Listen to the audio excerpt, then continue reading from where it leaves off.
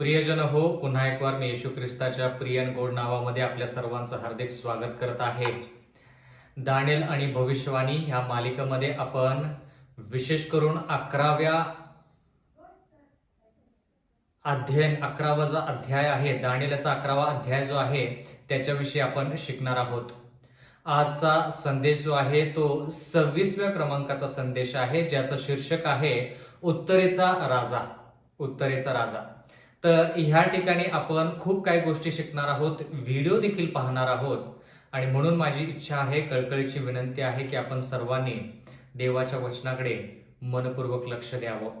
आपण देवाचं वचन ऐकण्या अगोदर प्रार्थना करूया. स्वर्गातील जिवंत परमेश्वर देवा, आजच्या ह्या दिवसाबद्दल आणि ह्या संधीबद्दल आम्ही तुझे उपकार मानतो. प्रेमळ पित्या, तू आतापर्यंत आम्हाला संधी दिलेली आहेस, म्हणूनच आज आम्ही इथपर्यंत पोहोचलेलो आहोत आणि मागत आहोत परमेश्वरा की तू आज देखील आमच्या संगती राहा. प्रेमळ पित्या, तुझं वचन आम्ही शिकत असताना आमची जी बुद्धी आहे ती कमकुवत आहे, आमची विचारसरणी जी आहे ती पापी आहे, आणि म्हणून पवित्र आत्मा तुझा जो आहे तो आमच्यावरती उतरावा, जेणेकरून आम्ही तुझ्या वचनानुसार सर्व गोष्टी शिकून त्या आमच्या दैनंदिन जीवनामध्ये आम्ही त्याचा कसा वापर करू शकतो हे देखील आम्ही पाहू शकतो. प्रेमळ पित्या, मागत आहोत की जितके लोक हे वचन ऐकत आहेत त्यांच्यावरती विपुल असा आशीर्वाद पाठव, आणि जे लोक हे वचन ऐकण्यासाठी आतुर आहेत त्यांचे मार्ग मोकळे कर. इथून पुढची वेळ आणि हे अध्ययन तुझ्या हाती सोपवून देऊन नम्र विनंती येशूच्या नावात मागतो, म्हणून तो ऐक. आमेन.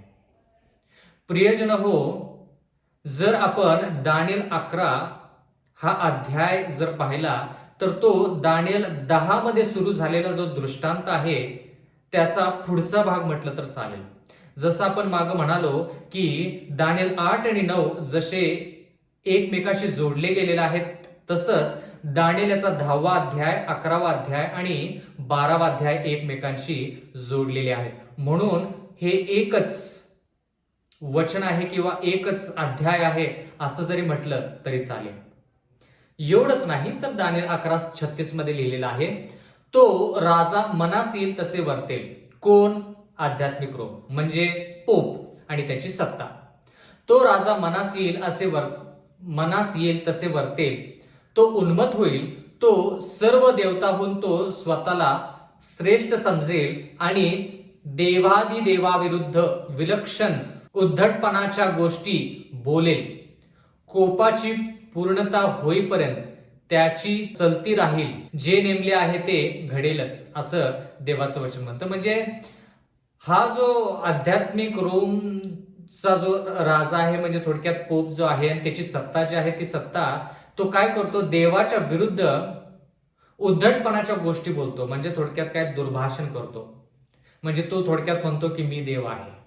म्हणजे देव ज्या गोष्टी करतो त्याच गोष्टी त्याला देखील करायच्यात. म्हणून आपण दानिएल 7 आणि दानिएल 8 मध्ये पाहिलं की देवाला जे शब्द वापरले आहेत, देवाच्यासाठी जे शब्द वापरले आहेत आणि देवाचे जे गुणधर्म आहेत, तशा प्रकारचे शब्द ह्या लहानशा शेंगासाठी किंवा अनितीचा पुरुष किंवा पाप पुरुष किंवा आध्यात्मिक रोम किंवा पोपची सत्ता याच्यासाठी वापरलेले आहेत.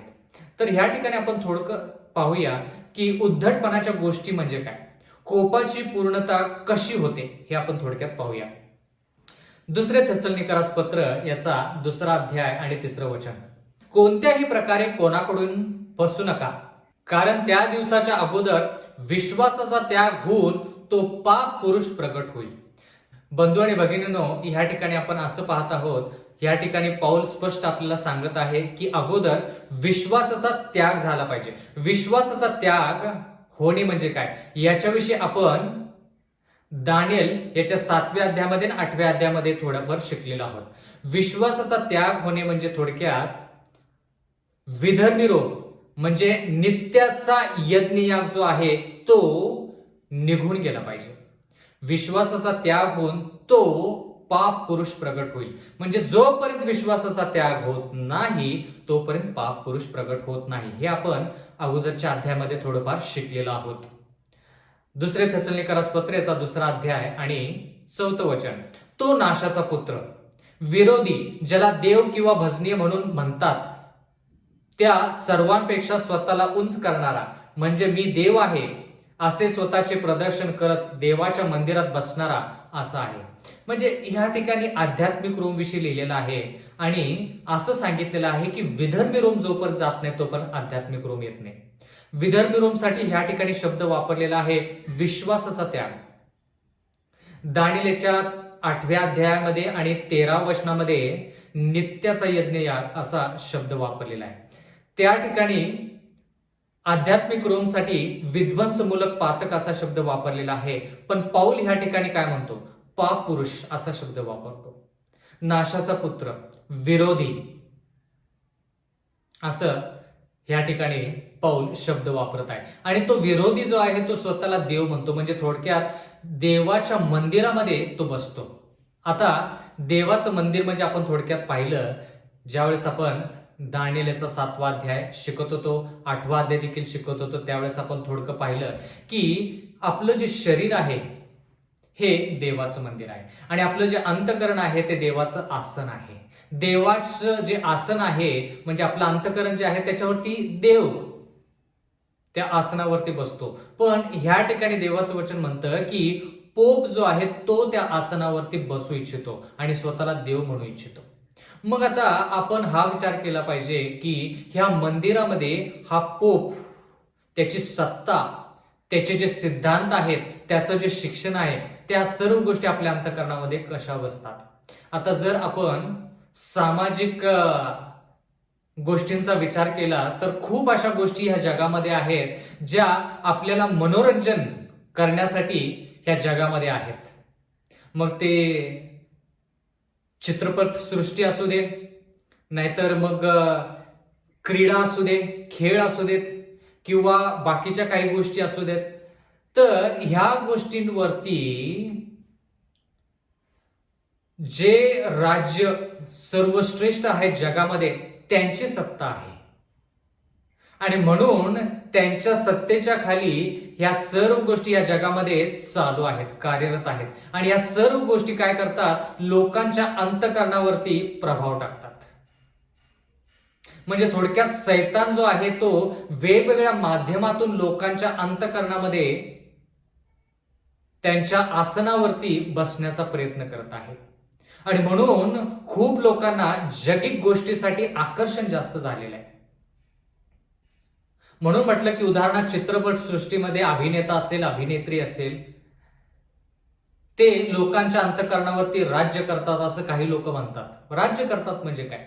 थोडक्यात लोकांच्या अंतःकरणामध्ये ते आहेत, देव नाही किंवा देव कमी, बाकीच्या गोष्टी ज्या गोष्टी आहेत त्या जास्त आहेत.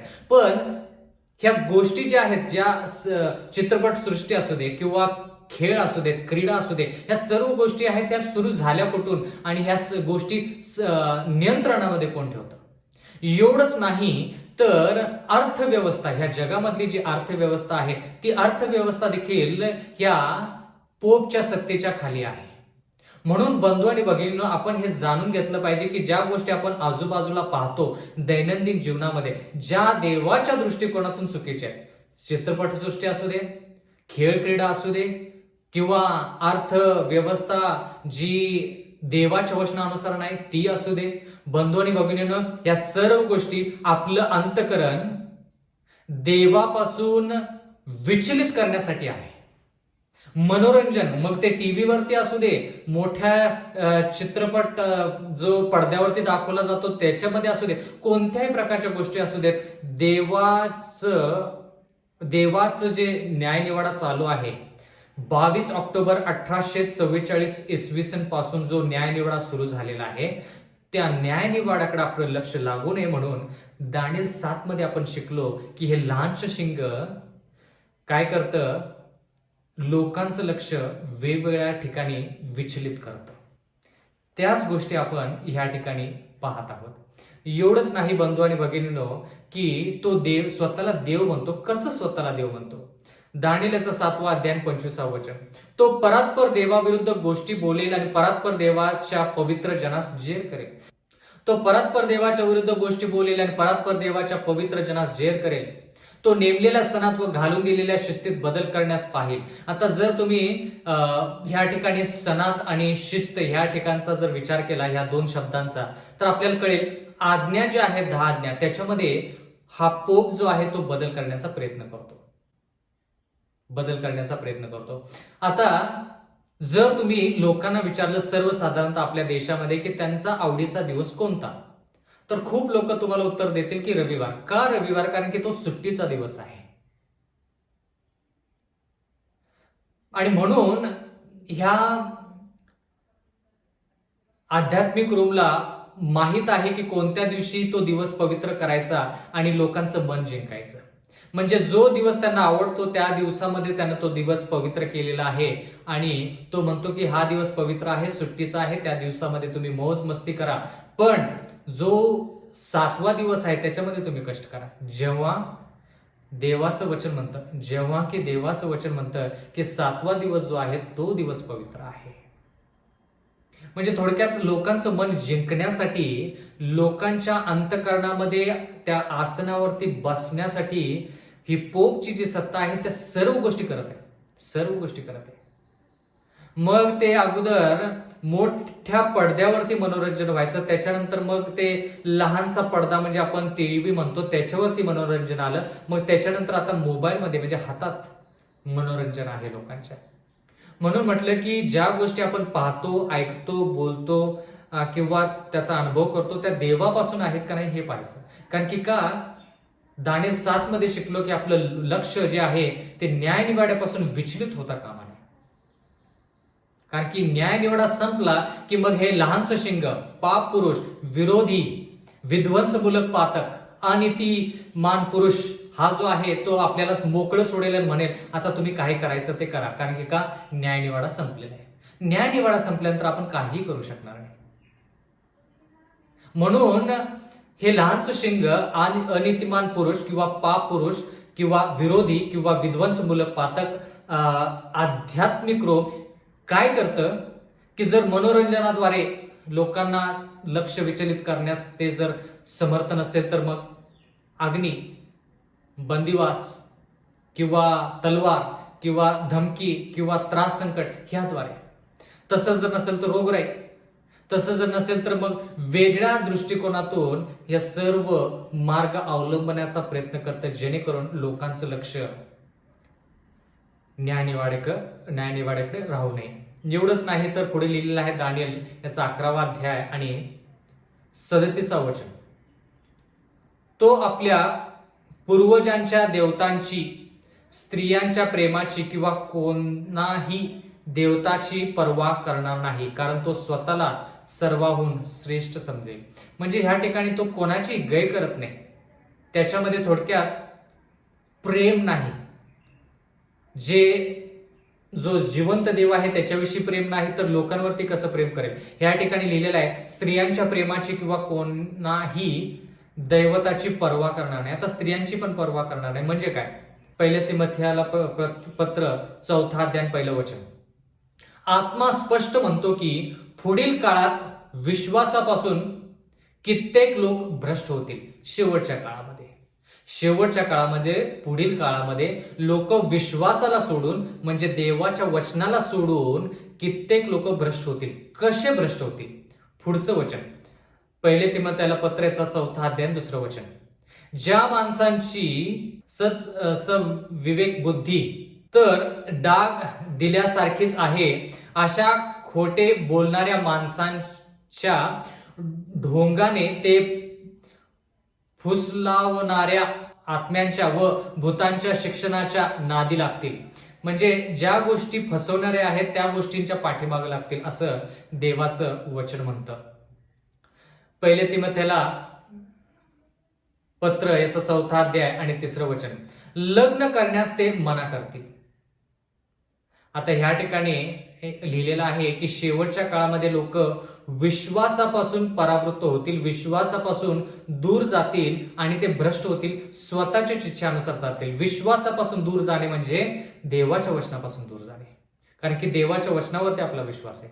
तर कसे ते दूर जातील? लग्न करण्यास ते मना करतील. म्हणजे जर लोक तुम्हाला एखाद्या मंडळीमध्ये पाहायला मिळतात, ते म्हणतात की मी लग्न करणार नाही, पण देवाचं वचन म्हणतं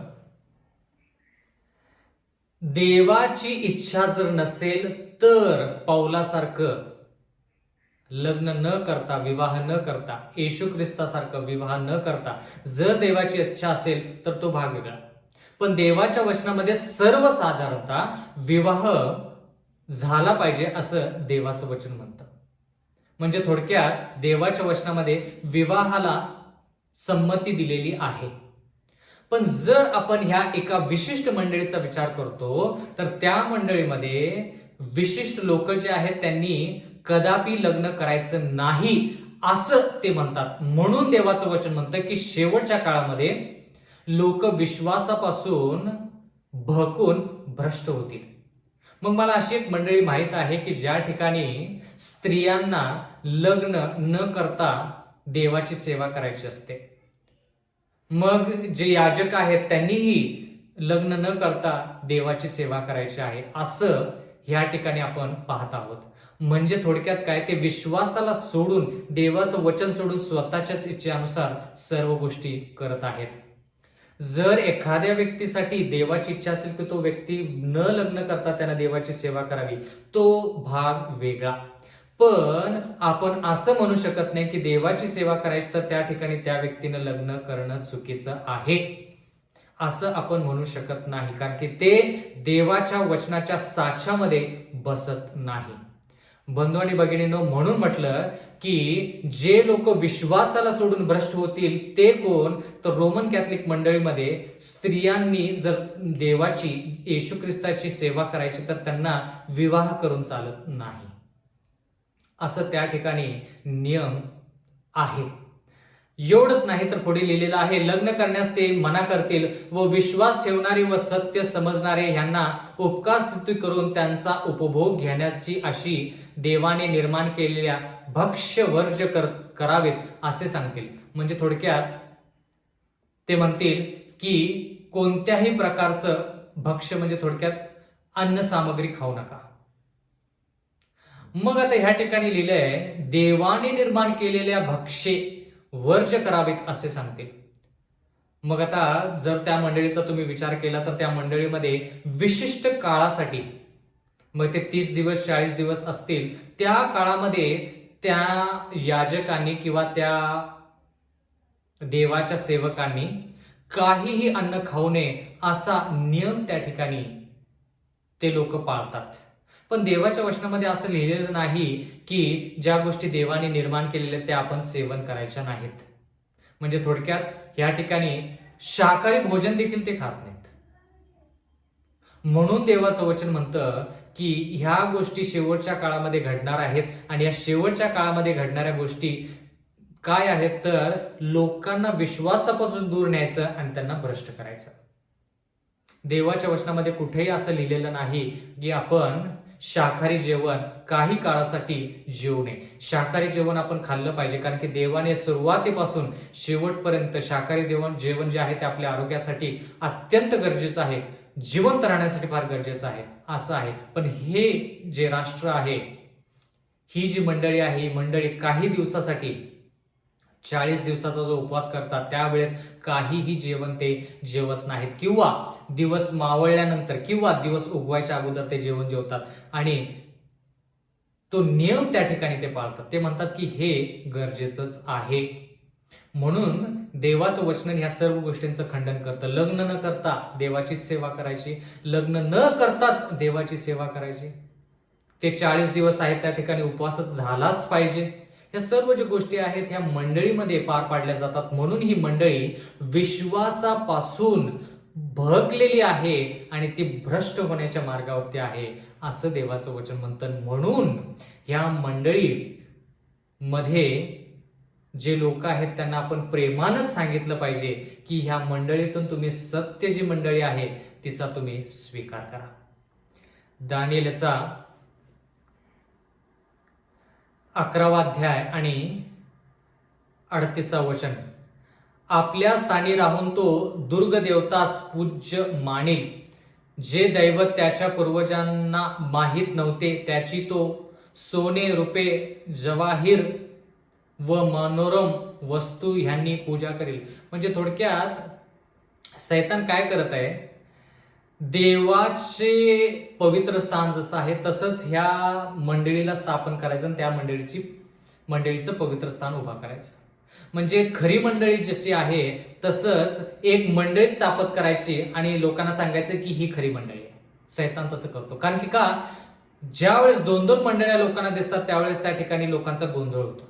मग लोक म्हणतात की ह्या मंडळीमध्ये जायचं का ह्या मंडळीमध्ये जायचं. गोंधळ निर्माण करण्यासाठी, लोकांना सत्य मिळू नये यासाठी मंडळीची स्थापना सैतानाने केलेली आहे.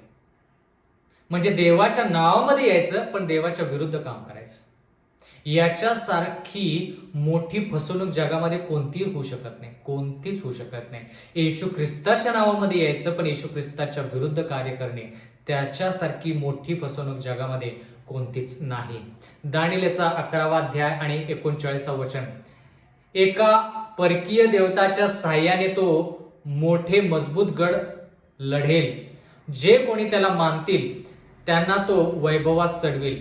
त्यांना पुष्कळ लोकांवर सत्ता देईल व मोल घेऊन जमीन वाटून देईल. म्हणजे थोडक्यात काय की ह्या ठिकाणी खुशामत करायची, लोकांना भुरळ टाकायची आणि त्यांना सत्तेखाली आणायचं. दानियेलचा 11वा अध्याय आणि 40व वचन.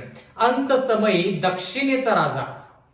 अंतसमय, आता अंतसमय म्हणजे काय, 1798 इसवी सन आणि त्याच्यानंतरची जी वेळ आहे त्याला म्हणायचं अंतसमय.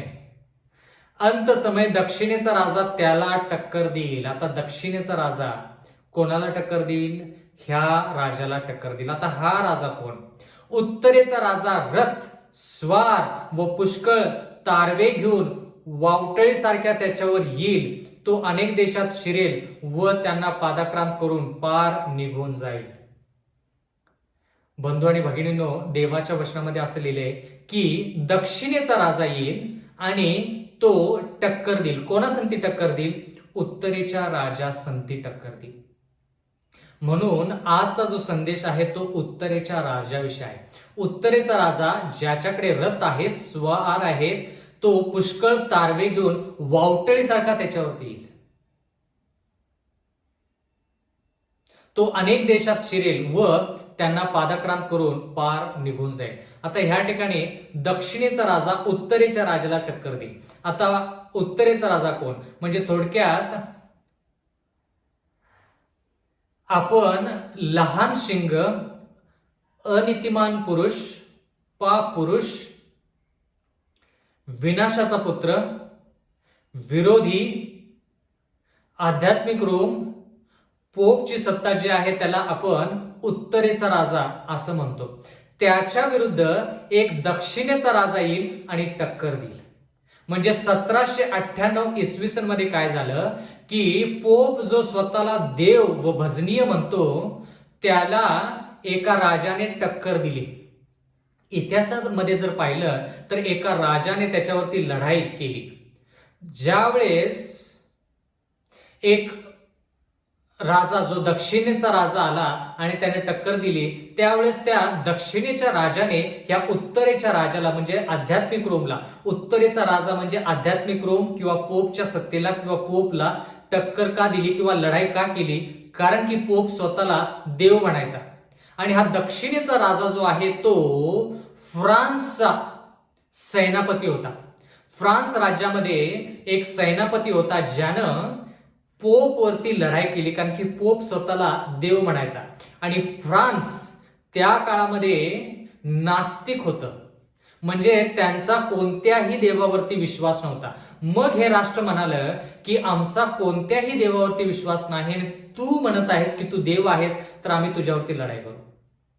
बाकीच्या राष्ट्रांनी पोप सत्तेवरती लढाई केली नाही. पोपला लढाई करून त्याला बंदिवासामध्ये नेलं नाही. तर कोणी केलं, दक्षिणेचा राजा म्हणजे फ्रान्सचा सेनापती, फ्रान्सच्या राज्याने पोपच्या राज्यावरती म्हणजे आध्यात्मिक रोमवरती लढाई केली. कारण की का, फ्रान्सचा राजा नास्तिक, नास्तिक मनुष्य कोणत्याही देवावरती विश्वास ठेवत नाही आणि पोप म्हणाला की मी देव आहे. म्हणून 1798 इसवी सन मध्ये पोपला बंदी म्हणून फ्रान्सच्या सेनापतीने जनरल बर्थियर, सेनापतीचं नाव बर्थियर, त्यानं पोपला कैद करून घेऊन गेला आणि पोपची सत्ता काही काळासाठी निघून गेली आणि नंतर पोपची सत्ता त्याला परत मिळाली. म्हणून आज देखील पोपची सत्ता ह्या जगावरती चालू आहे. आणि आपण दानिएल 7 मध्ये शिकलो की चौथं जे श्वापद होतं, अक्राळ विक्राळ भयानक, त्याच्यानंतर एक लहानसं शिंग आलं आणि ते लहानसं शिंगाविषयी दानिएल दृष्टांत पाहतच असताना देवाने दानिएलाचं लक्ष न्यायसभा भरल्याकडे लक्ष त्याचं केंद्रित केलं. म्हणजे न्यायसभा भरली, वह्या उघडल्या, असं आपण त्या ठिकाणी दानिएल 7 मध्ये पाहिलं. मग न्यायसभा भरल्यानंतर परत आपल्याला म्हणजे दानिएलाला थोडक्यात परत त्या लहानशा शिंगाविषयी सांगण्यात आलं. म्हणजे थोडक्यात न्यायसभा ज्यावेळेस भरती, न्याय निवाडा ज्यावेळेस सुरू होतं, त्यावेळेस ते लहानसं शिंग पर्यंत त्याला सत्ता मिळते. म्हणून 22 ऑक्टोबर 1844 नंतर हे लहानसं शिंग परत हळूहळू त्याची सत्ता जी हरवली होती, जी निघून गेली होती, ती परत मिळवण्यासाठी ते प्रयत्न करतं आणि सध्या या लहानशा शिंगाकडे पूर्ण सत्ता आहे. म्हणून म्हटलं की हे लहानसं शिंग वेगवेगळ्या माध्यमाद्वारे पूर्ण जगावरती नियंत्रण ठेवण्याचा प्रयत्न करत आहे, जे पुष्कळ लोकांना माहीत नाही. म्हणून देवाच्या वचनाचा जर आपण अभ्यास केला तर ह्या सर्व गहन आणि गूढ गोष्टी आपल्याला समजल्याशिवाय राहणार नाहीत. बंधू आणि भगिनींनो, पुढे लिहिलेला आहे दानिएलचा 11वा अध्याय आणि 41वे वचन. तो वैभवी देशातही शिरेल, पुष्कळ देश पादाक्रांत होतील, पण अदोम, मवाब व अमोन येथील निवडक लोक हे त्याच्या हातून सुटतील. वैभवी देश ह्या ठिकाणी आपण पाहिलं आणि वैभवी देश जो आहे तो आपण बाकीच्या वचनांमध्ये देखील पाहिलं. जे अगोदरचे संदेश आहेत त्याच्यामध्ये देखील आपण वैभवी देश असं पाहिलं. विशेष करून दानिएल 8वा अध्याय, आठवतं का की लहानसं शिंग जे आहे ते वैभवी देशाकडे त्यानं इच्छेची पराकाष्ठा केली. म्हणजे इच्छा दर्शवली की त्यानं वैभवी देशाकडे पण जावं. माझी आशा आहे की हे शब्द, हे वचन तुम्हाला आठवत आहे. दानिएल 8 मध्ये आपण शिकलो की ह्या लहानशा शिंगाने त्याची इच्छा जी आहे ती वैभवी देशाकडे पण लावली. तर तोच भाग या ठिकाणी आपण पाहत आहोत. आता वैभवी देश म्हणजे काय? देवाच्या वचनामध्ये वैभवी देश म्हणजे देवाचे लोक. मग त्या ठिकाणी वेगवेगळ्या मंडळ्या देखील ह्या ठिकाणी आपण थोड्या समाविष्ट करू शकतो. म्हणजे पोप आणि त्याचं जे शिक्षण आणि त्याची जी सत्ता आणि त्याचं जे सिद्धांत आहेत ते बाकीच्या मंडळीमध्ये देखील त्यानं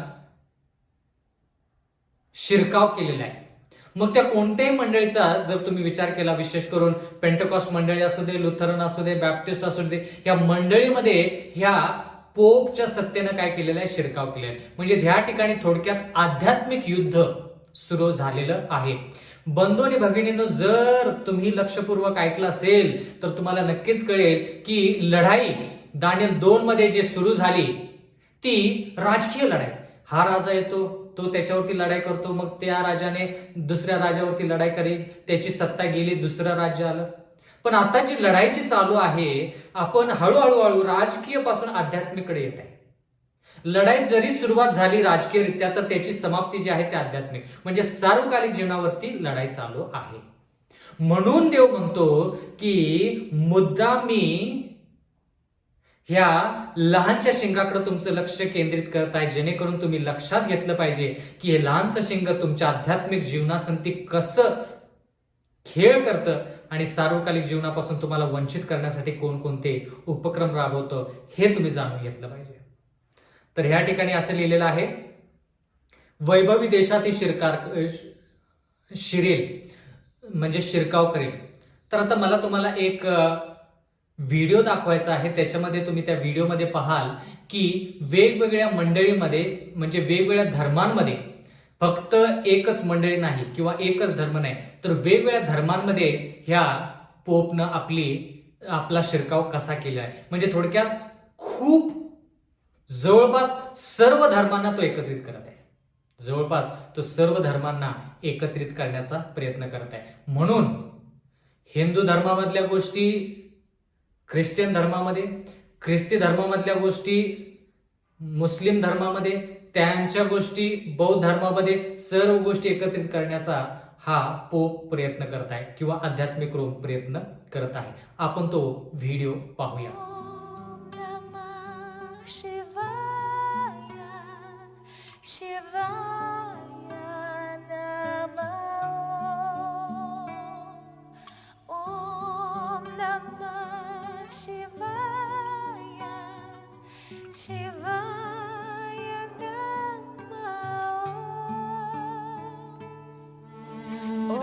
Shivaya, Om Namah Shivaya, Om Namah Shivaya, Shivaya Namah Om. Om Namah Shivaya, Om Namah Shivaya, Om Namah Shivaya, Shivaya Namah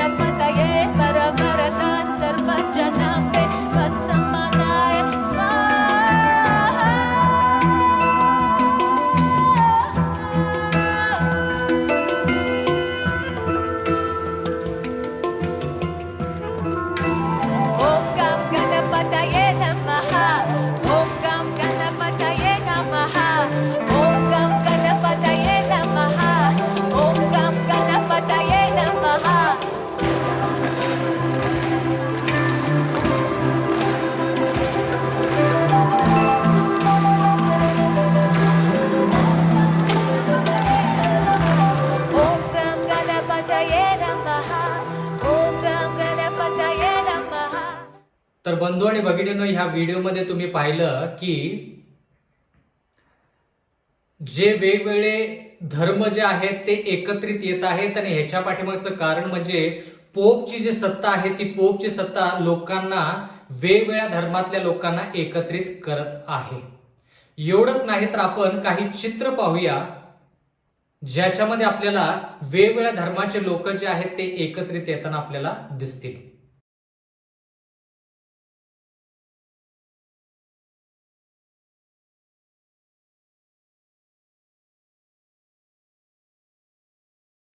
पुष्कळ देश प्रादाक्रांत होतील तो अदोम. आता अदोम म्हणजे कोण? अदोम जे आहेत ते एसाव जो आहे त्याचे जे वंशज आहेत त्यांना अदोम असं म्हणतात. एवढंच नाही, मवाब व अमोन येथील निवडक लोक हे त्याच्या हातून सुटतील. मवाब व अमोन हे कोण आहेत? मवाब व अमोन हे लोतच्या ज्या मुली होत्या त्यांनी सदोम आणि गोमोरा ह्याचा नाश झाल्यानंतर त्यांना त्यांच्या वंशज कसे पुढे चालतील याची काळजी वाटल्यानंतर त्यांनी लोतला मद्यधुंद केलं आणि त्याच्या संगती व्याभिचार करून जी संतती त्या मुलींपासून पुढे चालली किंवा आली त्या संततीला, त्या वंशजांना मवाब व अम्मोन असं म्हणतात. देवाच्या वचनामध्ये मवाब व अमोन त्या संततीला म्हणतात जी संतती लोटच्या मुलींकडून पुढे आली. एवढंच नाही तर अदोम जो आहे तो एसावची जी संतती आहे, वंशज जे आहेत त्यांना दर्शवते. दानिएल याचा 11वा अध्याय 42 वचन. अशा प्रकारे त्या देशावर तो आपला हात चालवेल, मिसर देशही त्याच्या हातून सुटणार नाही. म्हणजे थोडक्यात आध्यात्मिकरित्या तो लढाई करतो, जे आपण दानिएल 11:41 मध्ये शिकलो.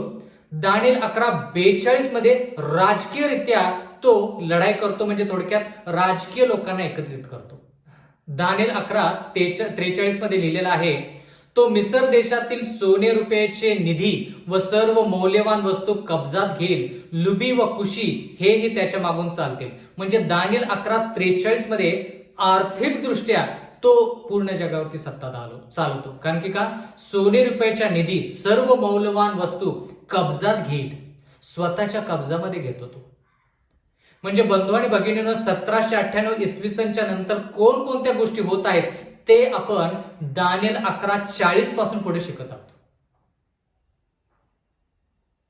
म्हणजे ज्या गोष्टी सध्या घडत आहेत त्या गोष्टी आपण दानिएल 11वा अध्याय आणि 40 पासून पुढे शिकत आहोत. म्हणजे थोडक्यात आपण असं पाहत आहोत की तो आध्यात्मिकरित्या लोकांना कसं एकत्रित करतो ते आपण 41व्या वचनामध्ये शिकलो. 42व्या वचनामध्ये तो राजकीय लोकांना एकत्रित कसं करेल हे आपण चित्र थोडक्यात पाहिलंच आहे. दानिएलच्या 11व्या अध्याय 43 मध्ये असं लिहिलंय की तो सोने रुपये व मौल्यवान वस्तू, म्हणजे आर्थिक जी व्यवस्था आहे त्याच्यावरती कसं नियंत्रण ठेवतो. म्हणजे बंधू आणि भगिनींनो, जरा कल्पना करा, जर त्याच्याकडं पूर्ण जगातले धर्मगुरू जर एकत्रित आले, जर त्याच्याकडं राजकीय लोक एकत्रित आले, जर त्याच्याकडं अर्थव्यवस्था एकत्रित आली, तर सर्व सत्ता त्याच्याकडे गेली, मग ह्या जगामध्ये राहिलं काय. म्हणून म्हटलं की हे जे लहानसं शिंग आहे आपल्या आध्यात्मिक आणि सर्व बाबींमध्ये आपल्यावरती प्रभाव टाकण्याचा प्रयत्न करतं, जेणेकरून आपण त्याच्या कब्जात जावं. दानिएलचा 11वा अध्याय आणि 44वा वचन, पण पूर्वेकडल्या व उत्तरकडल्या बातम्यांनी तो चिंताक्रांत होईल, तेव्हा मोठ्या संतपाने पुष्कळांचा नाश व उच्छेद करण्यास तो निघून जाईल. म्हणजे हा उत्तरेचा राजा जो आहे तो, बंधू आणि भगिनींनो, तो उत्तरेचा राजा काय करतो, पूर्वेकडल्या किंवा उत्तरकडच्या बातम्यांनी तो चिंताक्रांत होतो. आता पूर्वेकडील बातमी कोणती? मत्तयचा 24वा अध्याय आणि 27वा वचन, कारण जशी वीज पूर्वेकडून निघून पश्चिमेपर्यंत चकाकत जाते तसे मनुष्याच्या पुत्राचे येणे होईल. म्हणजे पूर्वेकडली बातमी म्हणजे येशू ख्रिस्त जसा येईल, जसं पूर्वेकडून वीज चमकते आणि पश्चिमेपर्यंत पोहोचते, तसं येशू ख्रिस्त पूर्वेकडून येईल आणि त्याची जी बातमी जी आहे ते पूर्ण जगामध्ये पसरेल. ही बातमी उत्तरेचा राजा, विनाशाचा पुत्र, आध्यात्मिक रोम, पोप आणि त्याच्या सत्तेला चिंतेमध्ये टाकतं. ही बातमी की येशू ख्रिस्त येणार आहे, तो हात न लागता पाषाण. दानिएल 2 मध्ये जो पाहिला, ती जी सुवार्ता आहे ती सुवार्ता ह्या राजाला काय करते, चिंताक्रांत करते. येशू ख्रिस्त या भूतलावरती पहिल्या वेळेस ज्यावेळेस जन्माला आला त्यावेळेस ते 3 ज्ञानी पुरुष, 2 किंवा 3 ते ज्ञानी पुरुष हेरोद राजाकडे गेले, म्हणाले, तो यहुद्यांचा राजा कुठे आहे जो बेथलेहेममध्ये जन्माला आला. आणि तो राजा जो आहे त्याने ज्यावेळेस ही बातमी ऐकली की येशू ख्रिस्त जन्माला आलेला आहे, तर त्याला चिंता लागली की मी ह्या ठिकाणी राजा आहे, मी राजा असताना आणखी कोणता राजा जन्माला आलेला आहे.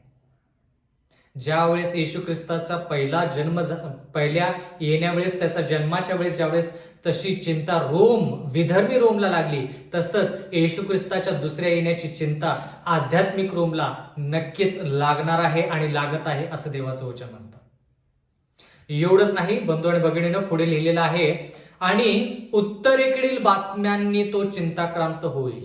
आता उत्तरेची बातमी कोणती?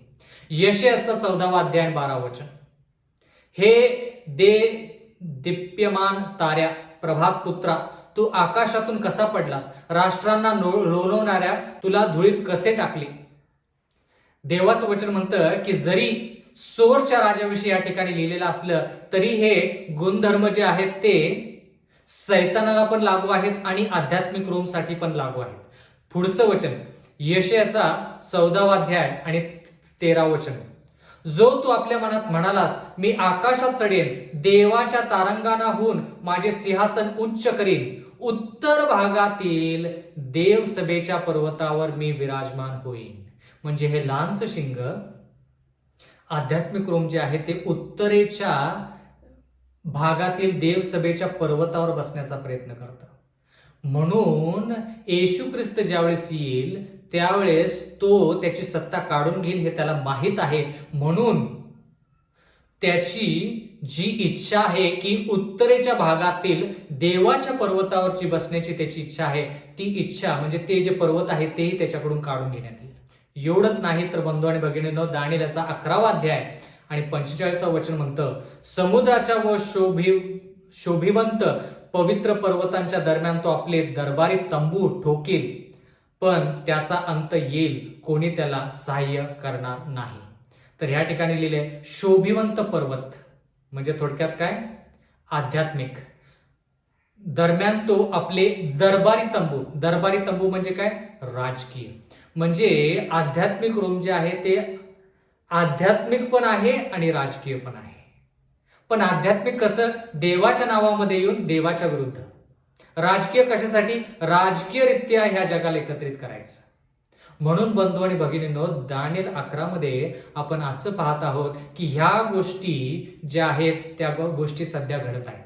म्हणजे थोडक्यात मी तुम्हाला असं सांगू शकतो की दानिएल 11वा अध्याय 43 वचन जे आहेत ते वचन सध्या घडत आहेत. दानिएलचा 11वा अध्याय आणि 43वा जे वचन आहे ते वचन सध्या घडत आहे. दानिएल 11:44 हे वचन येणाऱ्या काळामध्ये किंवा सध्या पण घडत असेल, ज्याच्यामुळे त्याला चिंता होत आहे. पण बाकीचे जे वचन आहेत दानिएल 11:44, दानिएल 11:45, ती वचनं अजून व्हायची आहेत. म्हणजे आपण अचूकरित्या सध्याच्या काळामध्ये कुठं आहोत हे दानिएल 11 मधून आपल्याला कळतं. म्हणून दानिएल 11 हा फार फार महत्वाचा अध्याय आहे. बंधू आणि भगिनींनो, येणाऱ्या काळामध्ये कोणकोणत्या गोष्टी कशा घडतील हे अचूक जरी मी सांगू शकलो नाही तरी देखील मी थोडंफार तुम्हाला सांगू शकेन की ह्या बातम्या, ही जी सुवार्ता आहे ती सुवार्ता ह्या राज्याला चिंताक्रांत करते. आणि देवाचं वचन म्हणतं दानिएल 2 मध्ये, हात न लागता पाषाण येईल आणि ह्या आध्यात्मिक रोमचा नाश करेल. दानिएल 7 मध्ये पण तेच पाहिलं, दानिएल 8 मध्ये पण तेच पाहिलं, दानिएल 11 मध्ये पण आपण तेच पाहत आहोत. बंधू आणि भगिनींनो, ही जी वचनं आहेत ती महत्वाची वचनं आहेत. ह्याच्यावरती तुम्ही मनन करा. देव तुम्हाला आशीर्वाद देव. आपण प्रार्थना करूया. स्वर्गातील जिवंत परमेश्वर देवा, उपकार मानतो आजच्या वचनाबद्दल. विनंती करत आहोत की वचनं आणखी सखोल आम्हाला समजावेत म्हणून पवित्र आत्मा तो आमच्यावरती पाठव. इथून पुढची वेळ आमचं सर्वस्व, आमचं तारण आम्ही तुझ्या हाती देत आहोत. आम्हाला तो तारण दे. नम्र विनंती येशूच्या नावात मागतो, म्हणून तो ऐक. आमेन.